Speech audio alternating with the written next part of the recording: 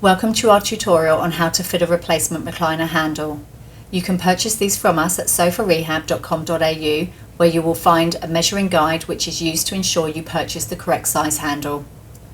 Fitted to this chair is a large oval black plastic handle, and as you can see, the latch is snapped off.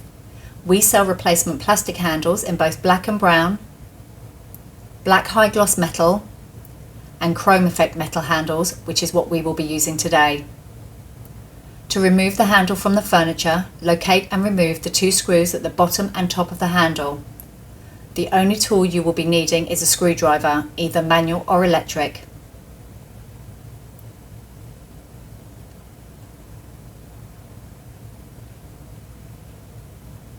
Gently ease the handle from the hole in the side of the furniture and pull clear.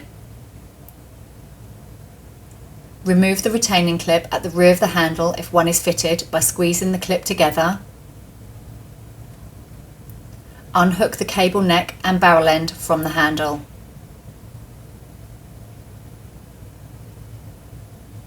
With our new handle, firstly remove the retaining clip just like you did on the original.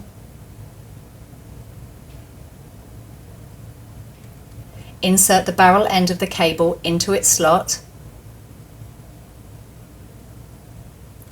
Then clip the cable neck into the handle and refit the retaining clip.